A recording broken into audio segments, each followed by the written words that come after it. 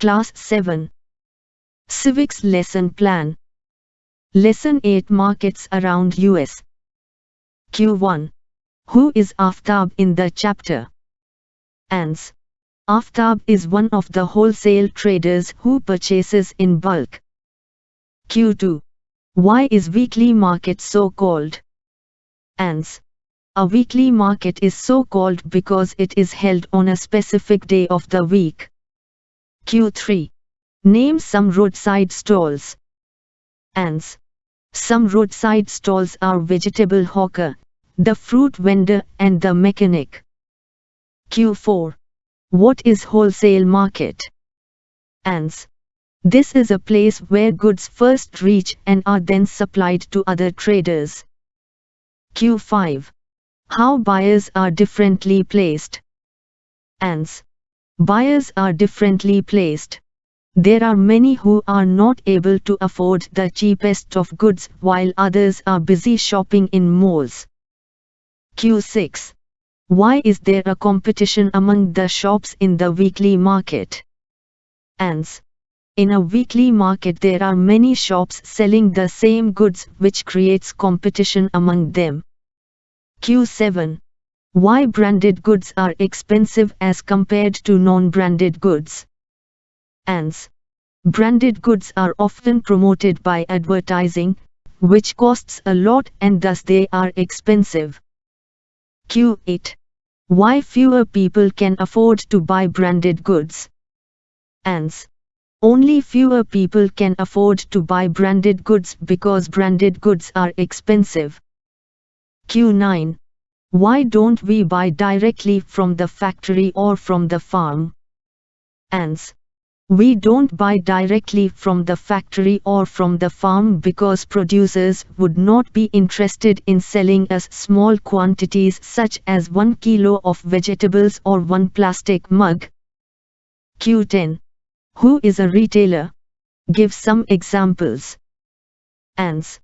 The trader, who finally sells goods to the consumer, is the retailer. This could be a trader in a weekly market, a hawker in the neighborhood or a shop in a shopping complex. Q11. How are shops in neighborhood useful to us? Ans. Shops in the neighborhood are useful in many ways. They are near our home and we can go there on any day of the week. Usually, the buyer and seller know each other and these shops also provide goods on credit. Q12. Why are goods sold in permanent shops costlier than those sold in the weekly markets or by roadside hawkers? Ans. This is because when shops are in permanent buildings, they incur a lot of expenditure. They have to pay rent, electricity, fees to the government. They also have to pay wages to their workers. Q13. Who are the sellers in a weekly market? Why don't we find big business persons in these markets? Ans. Weekly markets do not have permanent shops. Traders set up shops for the day and then close them up in the evening. Then they may set up at a different place the next day. We don't find big business persons in these markets because they sell their products through shops in large urban markets, malls and, at times, through special showrooms. Q14. What are the different kinds of shops that you find in your neighborhood? What do you purchase from them? Ans.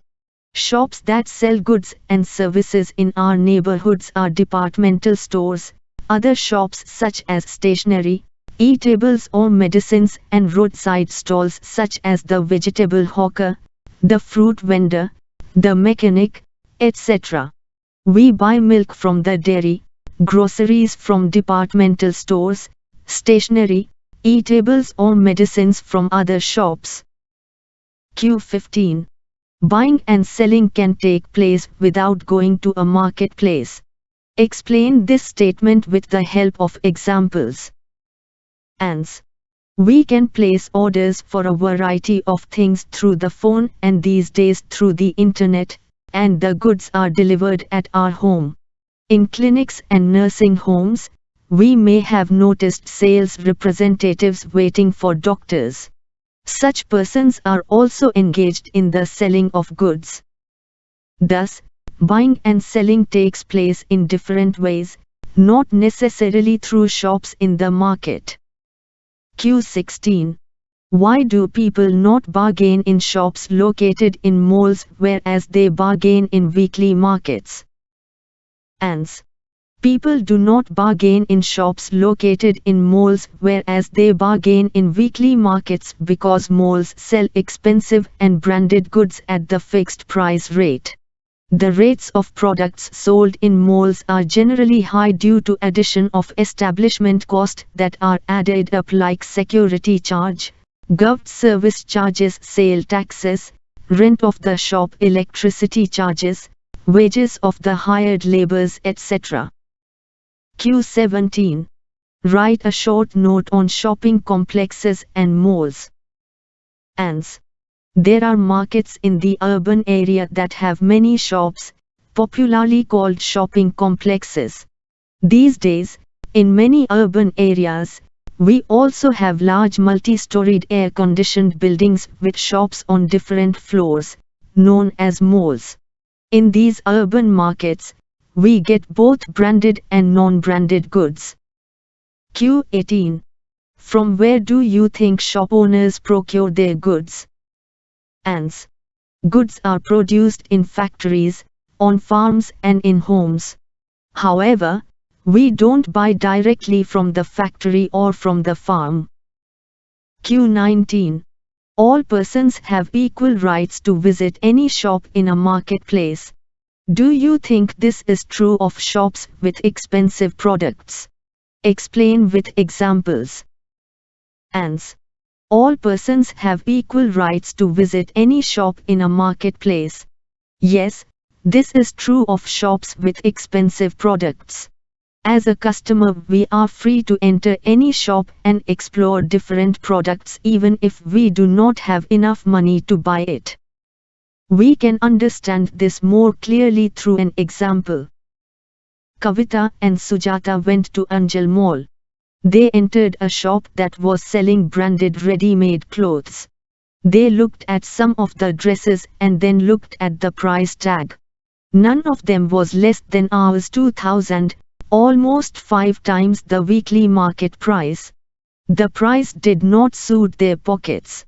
Hence they went to another shop. Q20.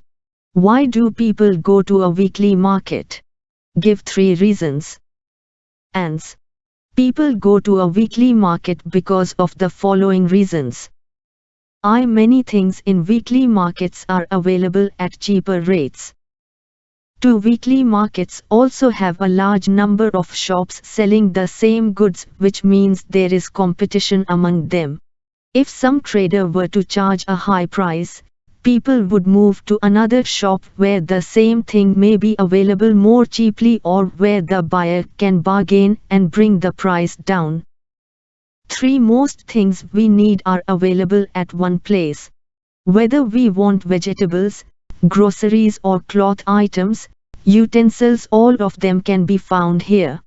We do not have to go to different areas to buy different things. Q21. In what ways is a hawker different from a shop owner? Ans. Q22. Explain how a chain of markets is formed. What purpose does it serve? Ans. Goods are produced in factories, on farms and in homes. However, we don't buy directly from the factory or from the farm. Nor would the producers be interested in selling us small quantities such as 1 kilo of vegetables or 1 plastic mug. The people in between the producer and the final consumer are the traders. The wholesale trader first buys goods in large quantities. These will then be sold to other traders. In these markets, buying and selling takes place between traders. It is through these links of traders that goods reach faraway places. The trader who finally sells this to the consumer is the retailer. This could be a trader in a weekly market, a hawker in the neighborhood or a shop in a shopping complex. It serves a great purpose as it is through these links of traders that goods reach faraway places. It provides employment to large number of people. Factories and producers need not to find their customer directly. It maintains flow of money in the society. Q23. Why are things cheap in the weekly market? Ans. Many things in weekly markets are available at cheaper rates. This is because when shops are in permanent buildings, they incur a lot of expenditure. They have to pay rent, electricity, fees to the government. They also have to pay wages to their workers. In weekly markets, these shop owners store the things they sell at home. Most of them are helped by their family members and, hence, do not need to hire workers. Weekly markets also have a large number of shops selling the same goods, which means there is competition among them. So they have to keep prices down.